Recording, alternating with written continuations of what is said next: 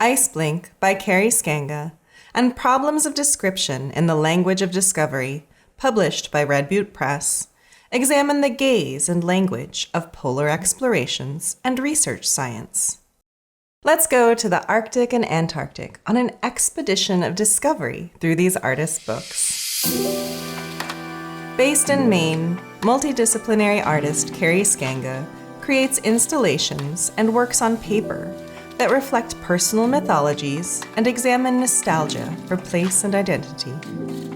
She often finds inspiration in the ways objects and places carry stories and lives of their own, long after the owners and occupants have moved on. Iceblink is an experimental narrative that examines the American colonial imagination in academia and how these relate to whiteness, female identity, and embodied experience.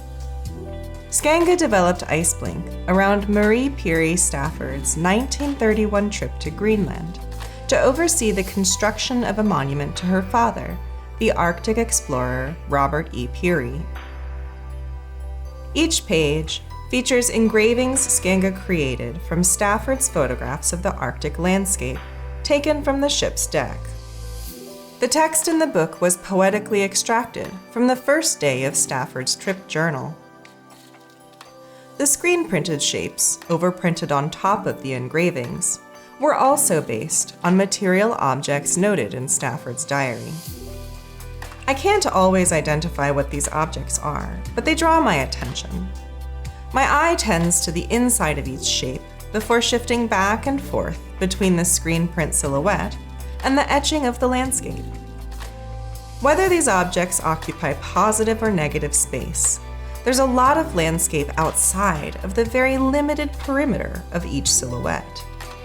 Scanga deliberately printed these objects as a screen or filter that we have to see through.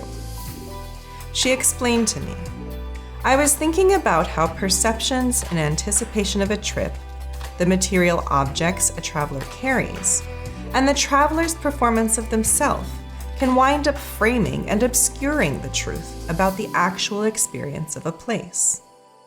Stafford was a white woman in the early 20th century on a voyage with her 2 young sons to establish a monument that would cement her father's legacy of Arctic exploration and conquest.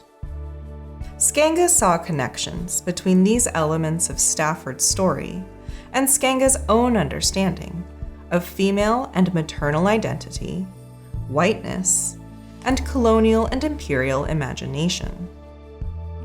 The coat spread atop this landscape seems like a direct metaphor for the ingrained colonization mindset that influences how Stafford and we ourselves see. Our view of what exists there is blocked, literally shrouded under something brought to this land. The color of the overprinted ink shifts in hue and transparency on different pages. Sometimes the ink is more of a greenish brown or black, and on other pages, it is golden. Scanga explained to me that she was thinking about the sensory taste of Stafford's interior life, how the gold can refer to horizons and glittering possibility, but also the darker patina of gold when the metal oxidizes. She told me, "I imagined the taste and smell of metal in the damp ocean air, and it was the sensory equivalent of having a golden aspiration and seeing it oxidize." The title Iceblink refers to a perceptual phenomenon, when a white light is seen near the horizon. This perceived light comes from reflections off of distant plains of sea ice. The Inuit people and explorers looking for the Northwest Passage used the Iceblink to help navigation because it indicates ice beyond the horizon. Scanga noted that the term Iceblink reminds her of how she feels as a white person today, reading about a place through the colonial gaze of a white person from history. She told me, Reading Stafford's story, my personal identity preoccupations became wrapped up in the constructs of whiteness and nationhood, mythologies of race and empire, and the intricacies of personal perceptual experiences that foster this type of storytelling. Making Iceblink was an initial step for Scanga toward fracturing this colonial gaze by identifying it and naming it.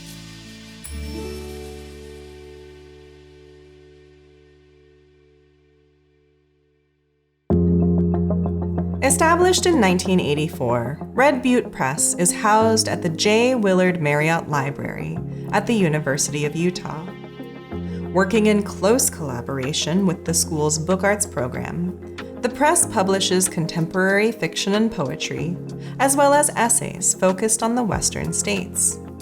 They prioritize student participation and collaboration with local and regional artists, authors, and academics. In 2013, Red Butte Press published Problems of Description in the Language of Discovery.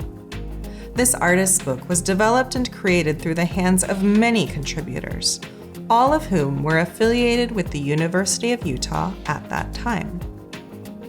Wire-bound along the top with a sturdy mylar cover, the format references field researchers' weatherproof notebooks. The text was written by poet, novelist, and professor Catherine Coles during a research trip to the Antarctic. Coles lived and worked alongside scientists and engineers, including a group of researchers also from the University of Utah. The unusual vertical layout of the title reflects the form of ice core samples taken by Antarctic researchers. Coles' poem, printed in gray, investigates the language and apparent magic in scientific discovery. Interspersed between the main poem is a secondary text, lightly printed in a serif font. These sentence fragments, and the illustrations throughout the book, were drawn from the Antarctic field notes of 4 of Coles' University of Utah colleagues on the same trip. Some pages in the book have foldouts that open to the left or right. These illustrations extend out, revealing a more complete image and perhaps reflecting a greater understanding. Coles' poem directly engages with Golden's Rule of 5, also known as the Golden Rule of sea ice permeability. This rule was discovered by mathematician Ken Golden, one of the University of Utah researchers on the same Antarctic trip. Golden's Rule of 5 describes the factors in salinity and temperature that cause sea ice to change from being impermeable to permeable. This change allows seawater to move upward and then saturate the ice surface. These factors are all related to the number 5. I love this opinionated and perhaps even defensive moment in Coles' poem that directs us to the permeable barrier between the language of science and poetry.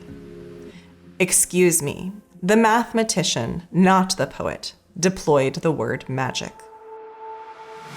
This spread is a turning point. When I start to synthesize the relationships between Coles' observations of Ken Golden's moment of discovery, the scientific observations in Golden's rule, the interspersed text, and the images. It is the only page where the different elements interact so directly. This cylinder highlights the word cracked, which brings me to connections like cracking the code or cracking ice. The pattern of shapes behind the text features pentagons, which I read as a direct reference to Golden's Rule of 5. I don't know exactly what the other shapes in this pattern come together to form, but I think of molecular structure and crystallization. Unfolding this page, it occurred to me that the texture and semi-translucency of this paper reflects some of the visual characteristics of seeing through layers of ice. Underneath the fold-out, these shapes are transforming. The outlines are joined by solid, overlapping instances of the same shapes. I read movement among the shapes, as well as transition between empty and solid, perhaps as the ice changes from impermeable to permeable. The golden rule of 5 is concerned with the conditions to meet a percolation threshold, in which seawater passes up through the permeable ice and floods the surface. Cole's poem examines that percolation and the threshold between unknown and discovered. Coles carries the relationship to magic forward. Keep watching the hand turning you to distraction. She weaves that magic and the golden rule of 5 together again when asking why we believe our eyes. The accompanying text from the researcher's field notes reinforces these questions about belief and trusting what we see.